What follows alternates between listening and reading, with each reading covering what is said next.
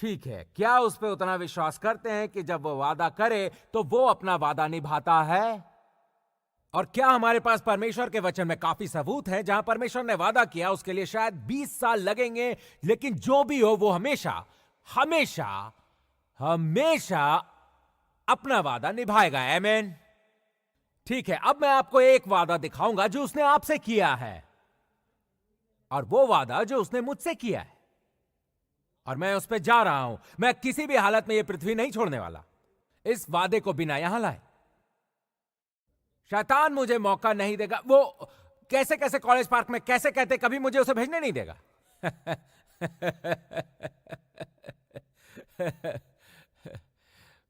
क्या आप वहां हैं? ठीक है, मेरे लिए प्रार्थना कीजिए। मुझे इस भाग पर शांत रहना होगा। वचन 13, अगर आप वहां हैं तो कहिए आमीन। ओ यीशु। ठीक है, चलो साथ में जोर से पढ़ते हैं। वचन 13, तैयार? पढ़िए। क्योंकि ये प्रतिज्ञा कि वो जगत का वारिस होगा न इब्राहिम को न उसके वंश को व्यवस्था के द्वारा दी गई थी, परंतु विश्वास की धार्मिकता के द्वारा मिली। ठीक है, अब हम यहां क्या देखते हैं? सबसे पहली बात, उसने इब्राहिम से वादा किया है, और धर्म ग्रंथ कहता है कि उसने वो इब्राहिम से और बीच से किया है। अब मैं इसे समझने की कोशिश करूंगा। आप जानते हैं, ठीक है, क्या वो इब्राहिम, यसाक, याकूब तक पहुंचा है? आप जानते हैं मैं कहां जाऊंगा? मैं गलातियों पे जाऊंगा। रोमियो 4 में अपनी जगह बनाए रखो, बस ध्यान रखना कि सबको यह समझ आए। गलातियों अध्याय 3, क्योंकि मैं इसका बतंगड़ नहीं बनाना चाहता, क्योंकि वो ऐसा है कि उसने इब्राहिम से वादा किया और उसके बीच से वादा किया है। मेरा मतलब है, मैं जानता हूं इसहाक उसका बेटा है और याकूब उसका पोता है। मेरा मतलब है वो उन सब के बारे में बात कर रहा है। मैं जानना चाहता हूं कि मैं इसमें कहां समाऊंगा। ठीक है, गलातियों अध्याय 3 वचन 29 में देखिए। चलो वचन 29 साथ में जोर से पढ़ते हैं। चलिए, गलातियों अध्याय 3 वचन 29 पढ़ते हैं। और यदि तुम मसीह के हो तो इब्राहिम के वंश और प्रतिज्ञा के अनुसार वारिस भी हो। अब इसके अनुसार वो कहता है, अगर आप यीशु के हैं, या एक और तरीका इसे कहने का है कि अगर आप यीशु के शरीर का हिस्सा बन गए हैं या आपका बॉर्न अगेन हुआ है। आप में से कितने लोगों का बॉर्न अगेन हुआ है? ठीक है, अगर आपने नहीं किया तो हम उसको संभाल सकते हैं और आपको यहां से निकलने से पहले कुछ सौदा दे सकते हैं। लेकिन अगर मैं ये सही तरीका से पढ़ रहा हूं, यदि तुम मसीह के हो तो ये सब हम होंगे बार बार। तो आप क्या हो? तो इब्राहिम के वंश और क्या प्रतिज्ञा के अनुसार वारिस भी हो। ठीक है, अब यहां दो बातें हम देख रहे हैं। सबसे पहले मुझे एहसास है कि इब्राहिम का वचन मैं हूं, और दूसरी बात मुझे एहसास है कि मैं वो वचन का वारिस हूं। तो अगर परमेश्वर ने इब्राहिम को वचन दिया है तो मैं उस वचन का वारिस हूं। इब्राहिम यहां नहीं है, लेकिन इब्राहिम के वारिस यहां हैं। कोई चिल्लाए मैं वारिस हूं उस वचन का जो परमेश्वर ने इब्राहिम से किया है। अब वो मैं हूं। आमीन। अब रोमियो अध्याय 4 पर चलिए। फिर से रोमियो अध्याय 4 वचन 13। अब यहां क्या है? हम जानते हैं वचन 13 कहता है, क्योंकि यह प्रतिज्ञा की। ठीक है, क्या प्रतिज्ञा? कि वो जगत का वारिस होगा। वही रुक जाइए, प्रभु दया करो।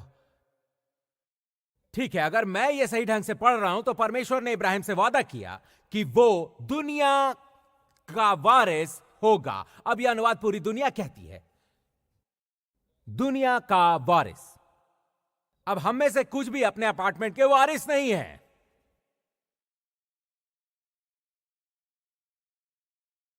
लेकिन शास्त्र कहते हैं कि तुम दुनिया के वारिस होना चाहिए।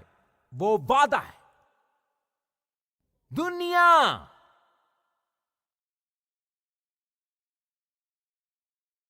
न उसके वंश को व्यवस्था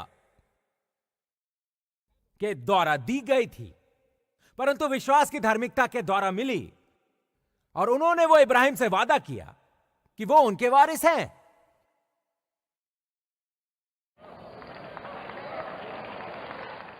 हाँ, आप यहां सिर्फ बैठे मुझे देख रहे हैं ना। विश्वास की धार्मिकता के द्वारा मिले। वो हगाई पे चले गए और उन्होंने कहा कि चांदी मेरी है, सोना मेरा है, पर वो तुम्हारा नहीं है। और अगर चांदी परमेश्वर की है और सोना परमेश्वर का है और पृथ्वी परमेश्वर की है और तुम दुनिया के वारिस हो, तो तुमने कैसे किसी और को जो वारिस नहीं है उससे तुमसे बात करने दी दुनिया के वारिस के वादे की और उसकी परिपूर्णता की? कहां है तुम्हारा सोना? कहां है तुम्हारी चांदी? कहां है तुम्हारी पृथ्वी? हर मसीह धर्मी को कुछ पृथ्वी चाहिए। तुम पृथ्वी के लिए किराया दे रहे हो? क्यों नहीं? क्यों? ताली बजाना बंद कीजिए। तुम पृथ्वी के लिए किराया क्यों दे रहे हो? आप पृथ्वी के असली वारिस हैं और आप सिर्फ ये एक टुकड़ा से संतुष्ट हैं। पूरी पृथ्वी बस 1 एकड़।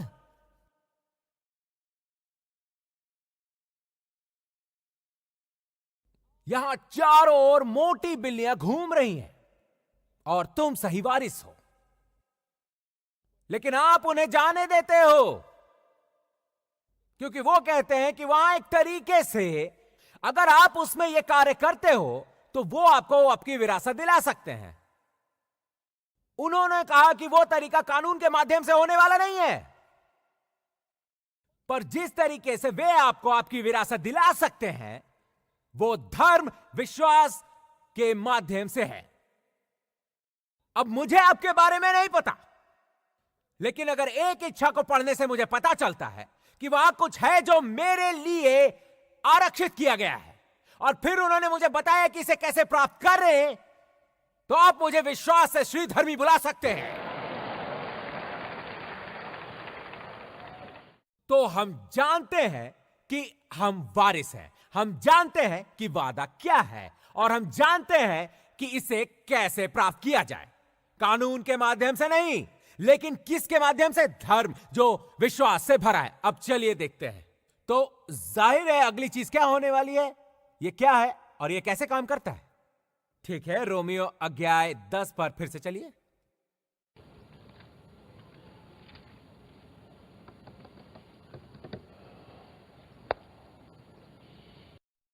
ठीक है, आपको एक बात बताता हूं, यह मुझे फिर से सिर्फ नाम की तरह दावे की तरह लगता है। अब चुपचाप बैठिए और मैं क्या कहने वाला हूं उसे सुनिए। अब मैं यहां आपको पवित्र शास्त्र दिखा रहा हूं। ठीक है, अब ये देखिए, आप हैं रोमियो 10:6। परंतु जो धार्मिकता विश्वास से है। अब यह सिद्धांत है जो कि उन्होंने कहा कि हमें इस सिद्धांत का उपयोग करना होगा ताकि विरासत हम पा सके या वादा पा सके। उन्होंने कहा परंतु जो धार्मिकता विश्वास से है, वो यूं कहती है कि बाकी सब पढ़ने से पहले आपको यहां एक चीज जो मैं कहना चाहता हूं कि आप सबसे पहले पहचाने धर्म जो विश्वास है उसकी एक आवाज होनी चाहिए, उसे बात करनी चाहिए, उसे बोलना चाहिए। तो आपका एक हिस्सा जो आपकी विरासत को पकड़ के है बोल रहा है और कह रहा है कि यह विरासत पे पकड़ पाने की संयोजन या कोड है। आपको अपना मुंह खोलना होगा, मुंह का इस्तेमाल करना होगा, आपको वो चीज को आवाज देनी होगी। ठीक है, अब वे हमें बताएंगे सबसे पहले कि उसका क्या कहना है और फिर वो बताएंगे कि उसका क्या कहना नहीं। परंतु जो धार्मिकता विश्वास है वो यूं कहती है कि तू अपने मन में यह ना कहना कि स्वर्ग पर कौन चढ़ेगा, अर्थात मसीह को उतार लाने के लिए। दूसरे शब्दों में, अपना मुंह खोल के मत कहिए कि किसी को जाना होगा और यीशु को बुलाना होगा और यहां बुलाना होगा ताकि वो ये सब संभाल सके। हम गरीब हैं, किसी को यीशु को यहां बुलाना होगा ताकि हम गरीब ना रहें। हम बीमार हैं, किसी को जाना होगा और यीशु को बुलाना होगा और यहां बुलाना होगा ताकि वो हम पर हाथ रख सके जिससे हम और बीमार न हो। उन्होंने कहा कि वो क्या नहीं कहते। वचन 7 या गहिराव में कौन उतरेगा, अर्थात मसीह को मरे हुए में से जिलाकर लाने के लिए किसी को उन्हें जगाना होगा और यहां बुलाना होगा। हमें कुछ खाने को चाहिए, आपको यीशु को यहां बुलाना होगा। दूसरे शब्दों में, हर बार जब वहां एक समस्या होगी, परमेश्वर की धार्मिकता नहीं कहेगी यीशु को लाओ और यहां बुलाओ ताकि वो सब संभाल सके। यीशु स्वर्ग में है,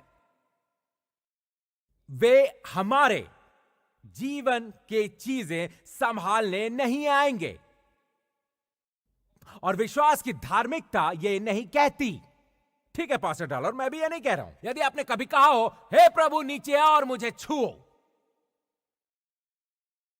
आपने ये कहा है, हे प्रभु नीचे आओ और मेरा बिगड़ा काम संभालो, आपने ये कहा है। और इस तरह बात करके आप अपनी विरासत पे पकड़ नहीं पाओगे, क्योंकि परमेश्वर की धार्मिकता ये नहीं कहती। खैर, वो क्या कहती है? वचन 8 वो क्या कहती है? वो कहती है कि वचन तेरे निकट है, नंबर 1 तेरे मुंह में, और नंबर 2 तेरे मन में है। वो यही विश्वास का वचन है। वो क्या कहती है जो हम प्रचार करते हैं? वो कहते हैं कि परमेश्वर की धार्मिकता वचन कहती है। परमेश्वर की धार्मिकता वचन बोलती है। विश्वास की धार्मिकता के माध्यम से आपको अपनी विरासत मिलती है जो वचन बोलती है। अब मुझे आपको दिखाना है कि वास्तव में वो क्या कह रहे हैं। 2 ग्रंथों में जाइए, इब्रानियों अध्याय 10 पे जाइए। इस सुबह इसे सब अच्छी तरह समझते हैं। इब्रानियों अध्याय 10 वचन 12।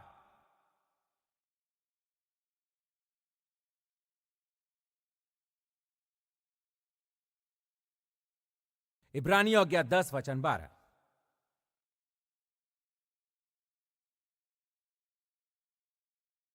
अब यहां कुछ है जो आपको जानना होगा यीशु को यहां बुलाने के बारे में, और यीशु को वहां बुलाने के बारे में, उसे वहां पर भेजने के बारे में, और पानी के ऊपर जाने के बारे में। यीशु यीशु मेरी जरूरत है, आप वहां आओ प्रभु, हम यीशु को भेजते हैं। सबसे पहले यीशु एक चपरासी नहीं है, और आप उसे कहीं भी नहीं भेज सकते। ठीक है, मैं बताता हूं कि वो कहां है। वचन 12, पर ये व्यक्ति तो पापों के बदले एक ही बलिदान सर्वदा के लिए चढ़ाकर परमेश्वर के दीहने जा बैठा है। ठीक है, यीशु कहां है?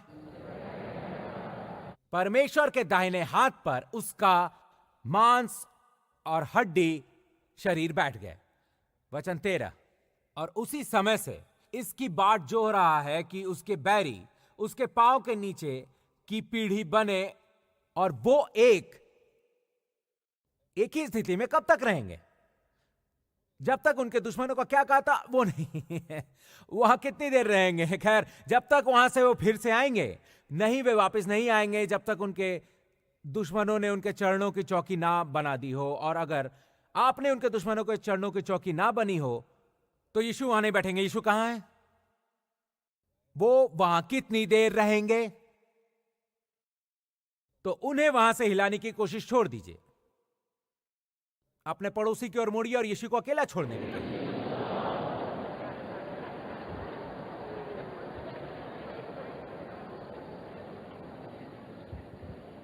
हो, मुझे पता है कि यह आपके धर्म से खिलवाड़ हो रहा है। इससे बस वो पुराने पवित्र गाय को गुस्सा आ रहा है। मेरे पूरे जीवन में मेरी दादी यीशु को बुलाती रहती थी। यीशु को बुलाइए, उन्हें मत बुलाइए, उन्हें अकेला छोड़ दीजिए।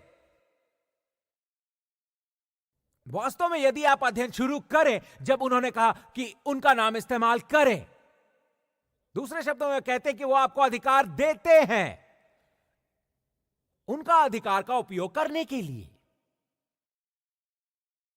ठीक है, अब ये देखिए भजन संहिता 107 पे जाइए। आप अपने चेहरे को कुछ इस तरह देखेंगे।